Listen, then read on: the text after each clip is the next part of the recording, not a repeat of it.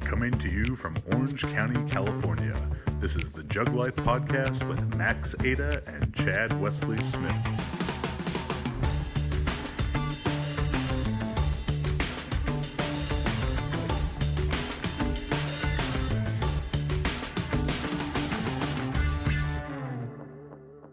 All right, welcome to a very special episode of the Jug Life Podcast. I'm very excited about this one.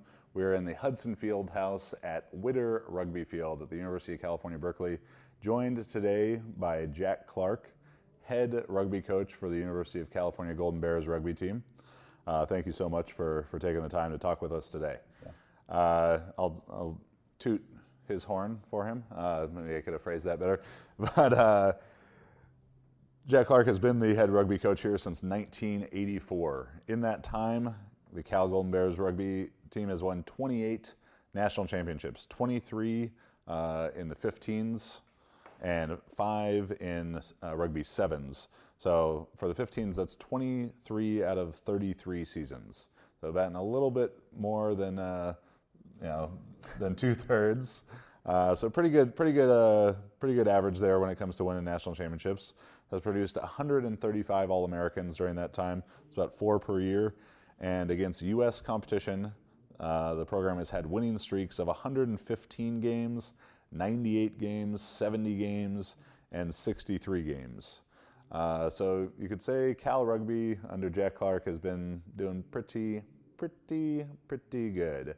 And just a very impressive thing. And what stuck out to me as wanting to come and do this episode with him, as a student here at Berkeley on the track team, my first track team meeting here, I'd been here maybe a week in my freshman year, and our coach brought Coach Clark in as a guest speaker.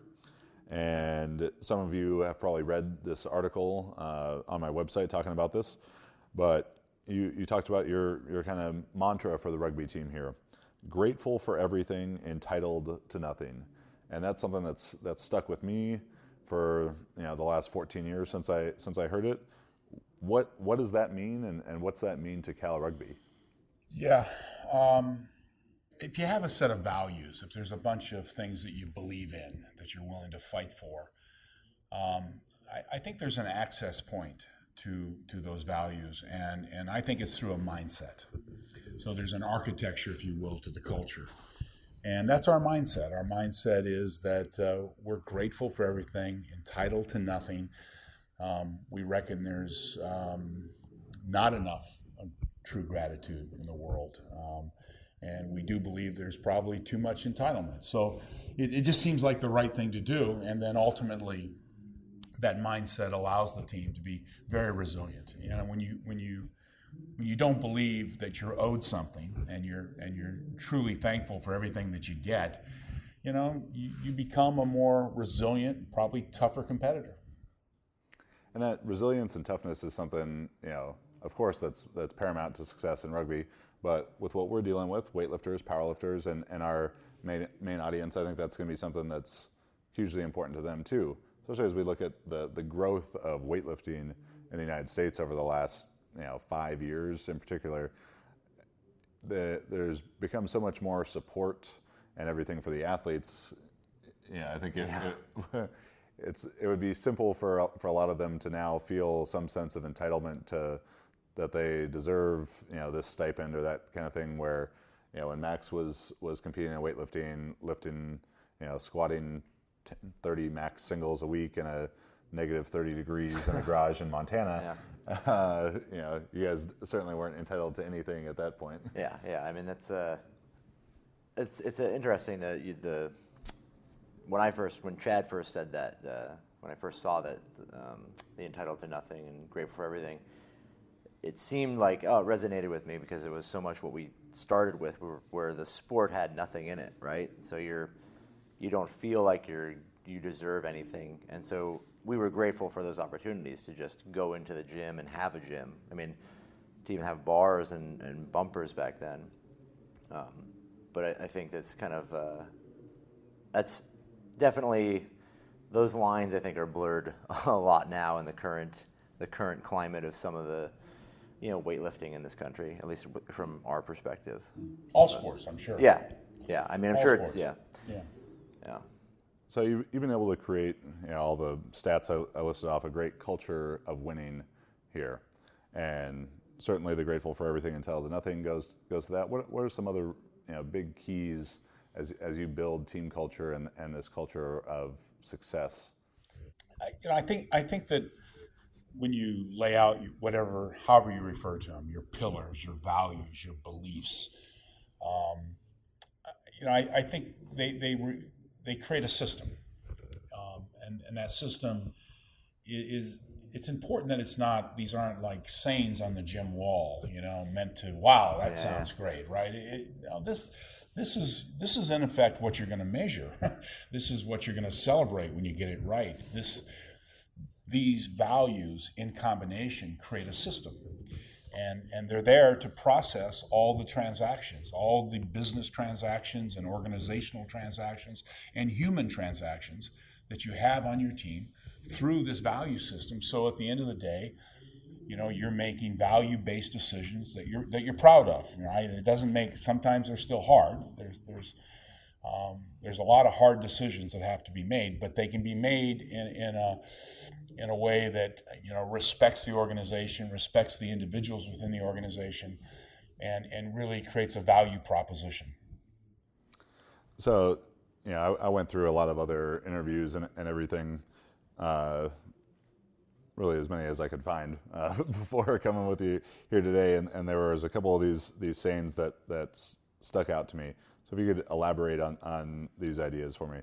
The idea of loving conditionally. Yeah.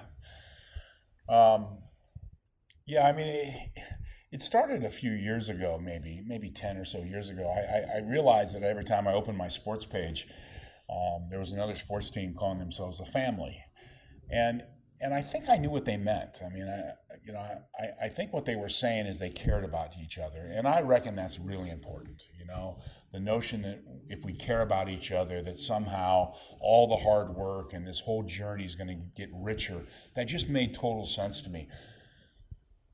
And maybe it's just semantics, but as I start thinking really about family, I mean, what I know about family is it's unconditional, right? I mean, that's, sometimes your family is a little screwed up, but they're still your family and you love them, right? But that's not what high performance teams are about. High performance teams are not unconditional. In fact, they're highly, highly conditional. And they're in teams in all walks of life, all businesses that you really admire, that are really businesses that have achieved over a long period of time, and athletic teams that have achieved over a long period of time, that consistently achieve. What you find is they have really, really stringent conditions. This is how we do things here. And when people get outside of those parameters, they're really outside of the organization itself. So conditional versus unconditional, I think at some point we have to make friends with the fact that, and maybe this is even more of a challenge for millennials, possibly, is that we got to make friends with there's going to be conditions. And ultimately we want those conditions in this particular organization. And then outside of the organization, outside of that high performance organization, when we're in family, that's probably unconditional, right? I mean, we're going to, right's right, wrong's wrong, but we're going to go about it in a far different way. We're not going to separate from each other, for example, right? And that happens all the times in high performance athletics. I think it's that creating those certain expectations in which that conditional love is given. It's going to cause people to rise to that expectation, or for you to be able to identify that this person isn't going to rise to it and they're not loved conditionally anymore. If you ever shower, brush your teeth, or try to make your hair look presentable, generally just trying to make yourself not look like a ragamuffin, I've got good news for you. Dollar Shave Club has a lot of stuff to help you out. As you may have noticed, I am a handsomely rugged, bearded man, but what Dollar Shave Club has goes far beyond razors. They have the One Wipe Charlies to keep you clean where you really need to be clean, and the Amber Lavender Body Cleanser. It's going to keep you smelling fresh. So they've got everything you need to get ready in the bathroom, much more than just razors. Dollar Shave Club, yes, that Dollar Shave Club delivers everything you need to look, feel, and smell your best. You name it: shampoo, conditioner, body wash, toothpaste, hair gel, even a wipe that'll leave your tush feeling tingly clean. If it can help a gentleman of advanced size as myself get such a hot girlfriend, it's probably worth it to check it out. I'm a big fan of their amber and lavender calming body cleanser. Never smelled anything like it. Good luck finding a product that great at the store. And all of Dollar Shave Club's products are made with top shelf ingredients that won't break your budget. You'll feel the difference, plus shipping is free with your membership. Here's a great way to try a bunch of Dollar Shave Club's products. For just $5, you can get their Daily Essentials Starter Set. It comes with body cleanser, One Wipe Charlie's, their amazing butt wipes, their world famous shave butter, and their best razor, the 6-Blade Executive. Keep the blades coming for a few more bucks a month. Add in shampoo, toothpaste, or anything else you need. Check it all out at dollarshaveclub.com/juglife. That's dollarshaveclub.com/juglife. The next one, you can talk about accountability and how creating accountability within your program here has helped you guys be successful. Yeah, I mean, I think in all successful organizations, having the participants, having the team members, feel accountable really to each other is what it's about. And you've got to kind of get over yourself, right? And like we value selflessness as the actual value, and that's, what we say is team first, self last. And again, that it's not meant to be a cute saying. It's meant to be a declaration that's how we're going to make all the decisions here, right? So when it really gets difficult, what we're going to do is the first lens that's going to come down is what's best for the team, and that's how we're going to make decisions. Now, obviously, if somebody has some trauma in their life and they need us, we're always going to put our arms around people, right? We're always going to come to them when they're really needed. But the routine day-to-day decisions of the team, of the organization, is always what's best for the organization first. And in some ways, it's an easy declaration to give, right? It's the sleeves off your vest, if you will, because we have a fiduciary responsibility to do that. And all we're really doing is just saying it out loud, just having the courage to say it out loud. Here's how we're going to do it. The decisions that we make are going to be what's best for the team. That's the organization you're a part of. And sometimes as individuals, we come second to that decision. And so many of these, kind of different axiom mantra stuff, as you were saying, they can't just be, painting on the gym wall. And that's probably what really sets it apart from, anyone can come up with fun, motivational sayings. Yeah, that's but right. But to actually put into practice and live them on a daily basis, and when there is a tough decision, I think you see something like this with the New England Patriots. Sure. And they make these personnel decisions that maybe they love this player and he did all this great stuff, but he is no longer the necessary component to the team, and they have to put Robert Kraft or Bill Belichick has to put a personal bias aside in that, and it is a tough thing to do, and for me as a business owner, I've had to make those type of decisions, and sometimes I've done a good job of it, and sometimes I've waited too long on it and done a poor job of it. But this next one I think is hugely important in being a good coach and creating a system, an effective system. And we've talked about this, that in American weightlifting, so much of it is trying to copy, well, this is what Russia does, this is what China does, let's do it like them, rather than creating an American system.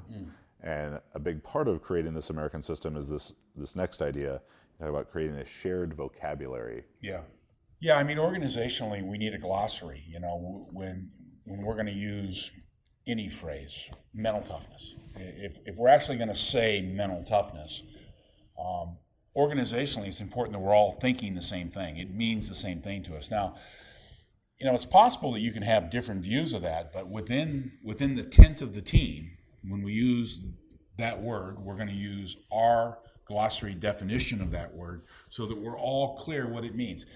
And as an example, just to kind of bring that home, we would say mental toughness is an ability. You're not born with it. It's a skill. It's like any other thing that we work on over time and we acquire.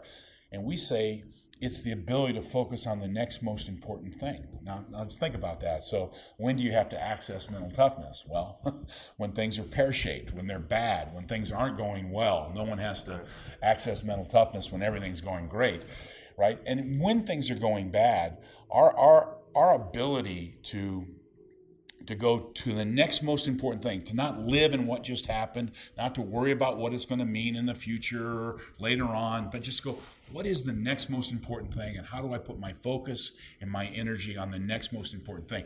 It's a great discipline, a great skill. Now, we believe that organizationally, and when we say mental toughness, that's what we're talking about. And so it becomes imperative that we have that glossary, because if we went around the room, I mean, there's 55 boys in the team, right? If we went around the room and said, what's the definition of mental toughness day one, and no one had been a part of this, I mean, we'd get 20 guys in, we'd have 20 different answers, and they'd all be valid to a certain degree. It becomes really important, I think, that organizationally, that you actually put some stuff down on paper, you write it down, and you play with it over time, and you let it marinate, and you share it with others, and you get their input. And so at some point, we know what we're talking about. And this is true also beyond a glossary. It's true in, what analysis do we use, right? I get a big kick out of, the media a lot has decided what our analysis is in so many sports, as opposed to the coach deciding that this is what I want to measure. This is what I want to focus on, because I believe this is the key to success in a given event, in a given sport. And that becomes proprietary, right? I mean, that becomes proprietary to a team. So we have to know what are those things that we believe is really important, and we have to stat those things.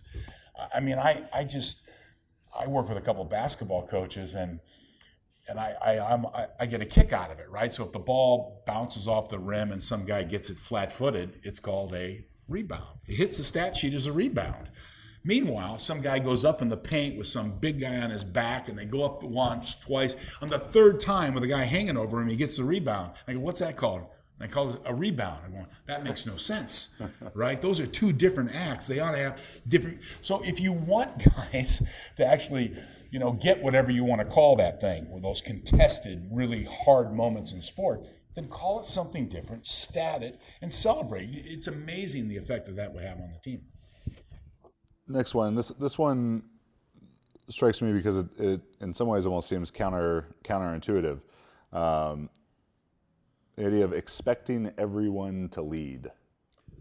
Yeah, and it's a bit provocative, right? Because I think what's happened is that authority has hijacked leadership, right? I mean, they're the same thing, right? Are the people with all the authority, well, they're our leaders, right? So the coach is the leader, the star player is the leader, the businessman in the corner office with the best title, he's the leader. And I think if you unpack that, you say, well, what's everyone else then? Followers. Ooh, well, that don't sound that good to me, right? And that's the old minority leads the majority thing. So I just think it requires more treatment than that. So here's what I'm not saying. I believe in chain of command.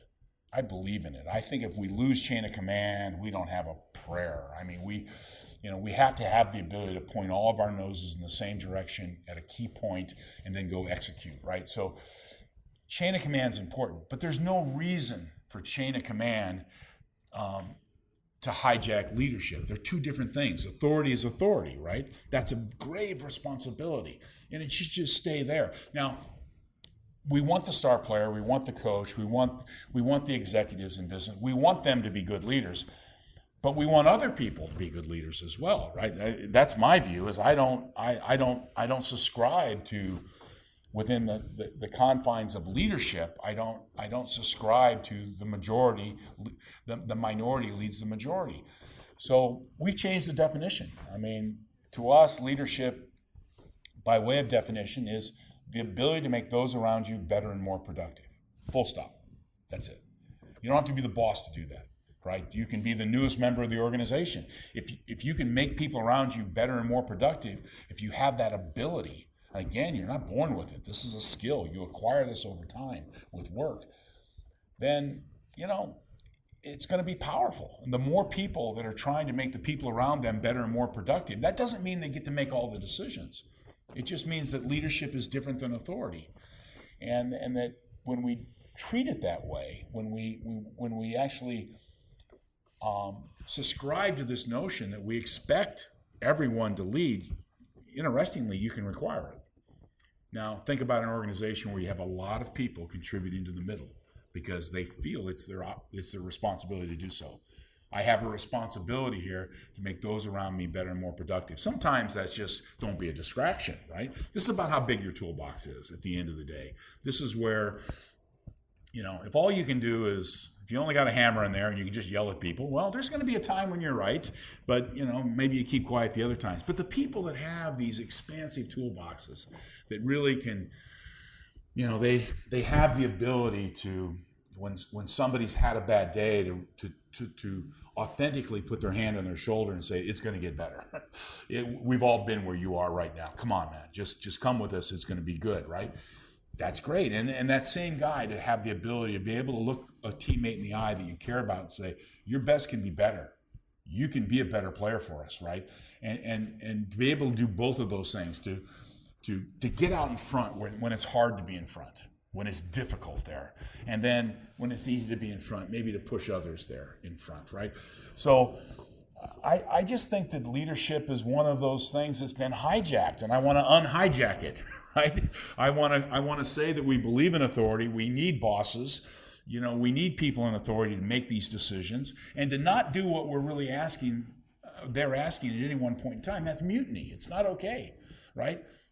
But they don't have to take leadership with them. We can say leadership is something that the newest person to our organization has, all the way to our star players. And all of this stuff is something you've clearly put a ton of thought into. What are some resources, whether it's books or speakers to listen to, podcasts, whatever it is, that you would suggest for people looking to improve in these areas could seek out? I think the performance gurus out there, the Jim Lairs of the world, the Michael Gervais of the world. I mean, those guys are pretty special. They're every once in a while, I think I really believe in something, and I run it by them, and then they show me, well, that's actually real strong social science, and they explain it to me that I didn't invent it, and that I've just stumbled across something that most people know about, so I think those are the stars, and you've pointed to, organizations like the Patriot. I have a chance to be embedded this summer, right? It's a long shot that I'm working on, but it looks really good. I can't wait for that opportunity. I've had a lot of shadowing opportunities with great coaches, and I want to learn from those people that have these iconic bits of success in all walks of life, really. And it's reassuring, I think, study. I think the study of people that have that authority, that are leading organizations, and the people that and those organizations that are routinely successful, and those teams that are routinely successful. I think we learn from all those, but it's also reassuring when you really, I think, submerge yourself in study of them. I think what you find is that, they're not as iconic as you thought. It's not like they check every box. It's typically they have a brilliance in a couple areas that really carries them to great personal success, and that the really great organizations, there might not be any one individual there that checks all the boxes, but together, really, leveraging each other, they do check all the boxes. So I would encourage people to study. I would encourage, if you care about it. Now this is, consider this, right? So I work at this university. It's a world-class research institution, and team isn't taught here anywhere, right? So I think that, my guess is that, there's an ROTC program or something, and I'm sure there's moments where students are working in collaboration on a project or something, but that's not team the way we know team, right? And I just think it's such a valuable thing to study. I mean, what do they say? 10,000 hours or 10 years to be an expert in something, right? And I mean, so many people that participate in sport, for example, get there. You know, they pass that milestone. And I wonder if they really take away, if they're paying enough attention to really take away and be proud of the fact that they are an expert in team now. They do know what the makings of a good team look and feel like, and they know what a good teammate is like. And obviously, over time, they're going to know what bad teams and how they operate, and what, you know, why they're bad, and what a bad teammate looks and feels like, and and the effects that has on a team. And I think through that study, I mean, think about, you know, I don't think we're like one bright person away from solving the big problems, right? I mean, whatever they are, the environment, education, just go ahead, disease, rip through all the big things that we have to solve now, and it's going to be groups of people. So, therefore, the lessons that, you know, your readers and your and listeners are getting in team, that positively affects their experiences. But more importantly than that, it positively affects their families and their communities and their workplaces. I just can't imagine anything more valuable to study than team and culture. Fantastic. Wow. Yeah, very much. Max, questions? No, my there's a lot there. Yeah. This is fantastic. Yeah, I can't think of anything. I'm just trying to process it all. Yeah, I think that's perfect. Perfect place to end. So normally we ask where people can follow our guests on social media, but I don't feel like that's as big of a deal as what you're doing. Yeah, I'm not. You know, Yeah. Jack Clark Rugby. You know, is you can follow me there a bit, but I'm fine. I'm trying to follow others. Is what I'm trying to do. I'm not follow myself. Do you have any books or any kind of? No, I mean, it's in the future, right? I'm gonna tell everything, you know, at some point. I mean, it's great to share, though, right? I mean, it's such a beautiful thing when people share with me and allow me to learn from them, and you know, I feel an obligation to pay that forward and tell people everything I think I know. And there was a time when I think I spent the first 20 years of my career being really guarded about what I thought I knew, just because I was competitive. And that's not the right way to go about it, right? I mean, I've had so many, you know, when I reflect, even during that period, there were so many people being generous with me. You know, the idea that I was hoarding that information and hoarding all that valuable data is crazy. So I don't do it anymore. I'm happy to tell anybody anything I think I know, and if it helps them, great. Wow. Awesome. All right, so this is Jack Clark, head coach, Cal Golden Bear Rugby. All the national championships you can win, they've done it, and I think you can see a lot of why that's happening from this kind of leadership. So if you like the Jug Life, go on iTunes and give us a 5-star review. Helps more people find us. And thanks so much for taking the time, Coach. Yeah, my pleasure. Cheers. Go Bears. Go Bears.